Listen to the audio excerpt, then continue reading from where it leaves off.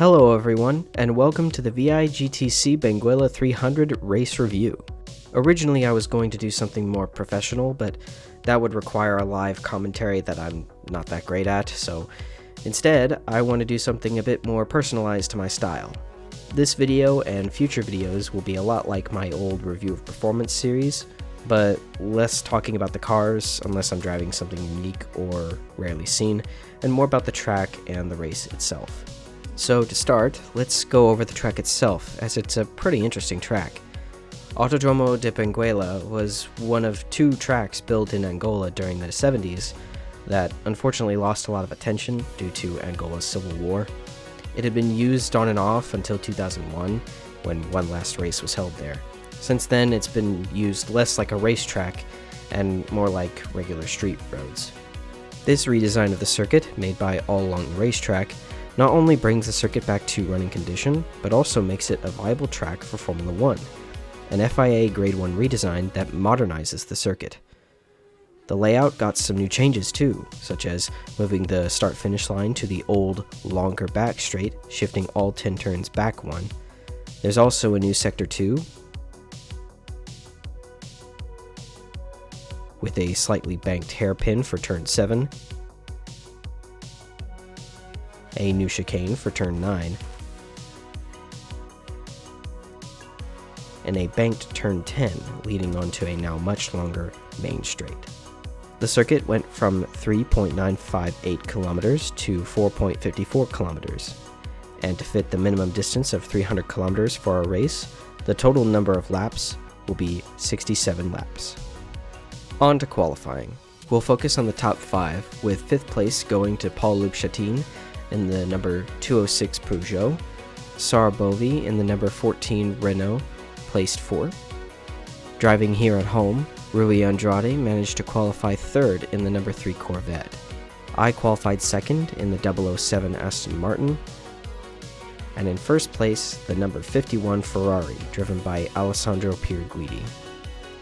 Commenting on the qualifying, I was genuinely surprised that the Ferrari qualified as high as it did. Considering in all my testing, I pictured either the number 60 Toyota, the number 92 Viper, or the number 3 Corvette taking top spot on the grid, since in all the testing I've done, those cars were much faster than the Ferrari. Anyways, with that out of the way, let's get into the actual race. And for ease of coverage, we'll focus mostly on the top 5, unless anything deemed important to share occurs. Immediately at the start, I'd fallen to 3rd, as the Corvette sped up faster than I could. Behind me, the Peugeot and the Renault fought for 4th. Halfway through the first lap, most of the cars settled into a consistent line, but the Ferrari, Corvette, and I managed to pull our 3-car chain further from the rest of the pack. Heading into lap 3, the number 206 Peugeot finally managed to take 4th place from Sarah Bovy going into turn 1. Coming out of turn 8, on the same lap, I finally managed to pass Rui Andrade for 2nd, cementing the pass as we came out of the turn 9 chicane. I managed to pass Alessandro Pierguidi's car on the same chicane on the next lap.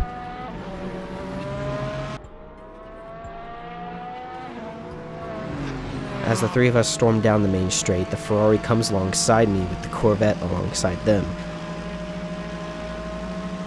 3 wide into the first corner, and it doesn't go well, as I pull ahead as both the Ferrari and the Corvette slow down, but they make contact with each other and nearly take each other out of the race. The cars behind slow down as both cars get back up to speed.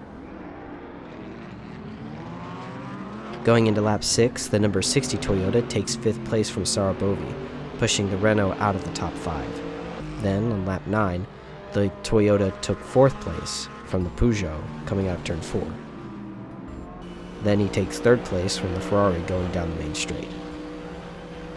The first car to make a pit stop was, surprisingly, the number 206 Peugeot, as it had run out of fuel at the end of lap 11. As it turns out, the Peugeot used more fuel than most of the cars on track, which caused them to, by the end of the race, lose the most positions of any car on track. An unfortunate situation for a car that, during testing, was one of the faster competitors on track. Their pit stop would allow Sarah Bovy to retake 5th place.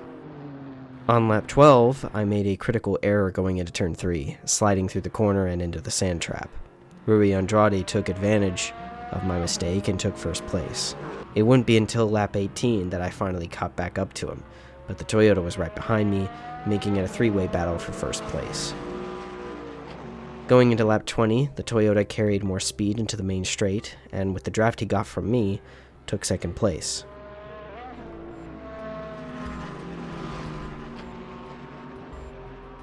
The next lap, he then took first place from the Corvette in the same way.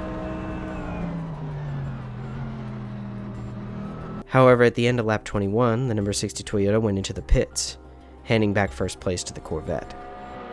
This also allowed the number 92 Viper to enter the top 5 for the first time, and it wouldn't be the last. Over the next few laps, the majority of the positions shuffle between drivers as we complete a third of the race.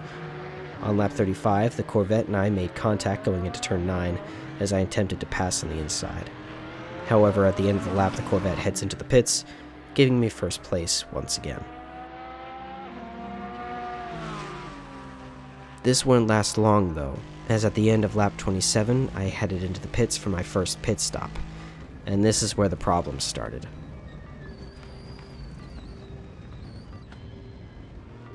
So, for reasons that at the time I didn't understand, the game would not put me on the next lap when I came out of the pits, basically putting me a lap down every time I made a pit stop.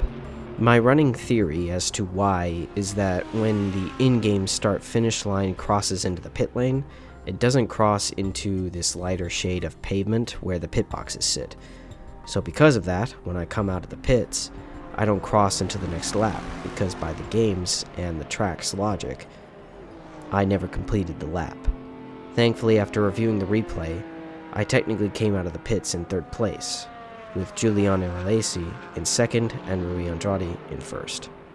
I was ahead of Jerome Bleekemolen, who was in fourth, and Alessandro Pierguidi, who was in fifth. By lap 30, Alesi managed to take first place. Eventually, I caught up to Andrade and passed him on turn 4 of lap 37. That same lap, going into the turn 9 chicane, a horrible accident occurred with the number 85 Lexus. As it took the inside of the chicane, it hit the curb and flipped over, hitting the left side wall and ending up on its side.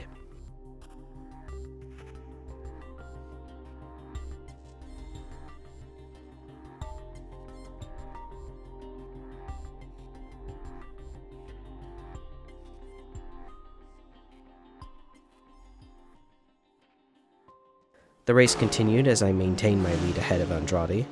Alesi was too far ahead to attempt to take first place. However, he eventually had to pit at the end of lap 34, giving me first place, and allowing Andrade and Bleekemolen a chance to move up positions as well.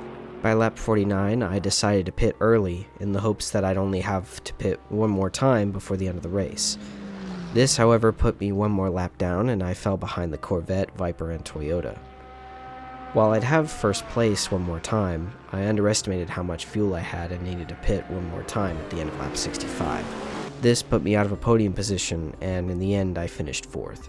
Fifth place went to Alessandro Pierguidi, third to Jerome Bleekemolen, second to Giuliano Alesi, and first to Rui Andrade, giving him a win in his home country. A perfect start to the series, I think. Two cars managed to gain the most positions throughout the race, with Austin Cindric in the number 302 Ford Mustang and the 92 Viper having gained 8 positions from where they qualified. The Ford going from 19th to 11th, and the Viper going from 11th to 3rd. The number 206 Peugeot lost the most positions, going from 5th to 12th. Two cars maintained their qualifying positions from beginning to end. The number 12 Jaguar starting and finishing 6th, and the number 67 Hyundai starting and finishing 22nd. Overall, if you ignore the lap miscounting, the track and the race as a whole was actually pretty fun. And despite the issues we had, I think Benguela made for a perfect start to the championship. Since I made the rule that I'd switch to whichever car finishes last in the next race in Syracuse, I'll be driving the number 55 Mazda RX Vision GT3. I hope to see you all there on the 27th of April for the 300 kilometers of Sicily.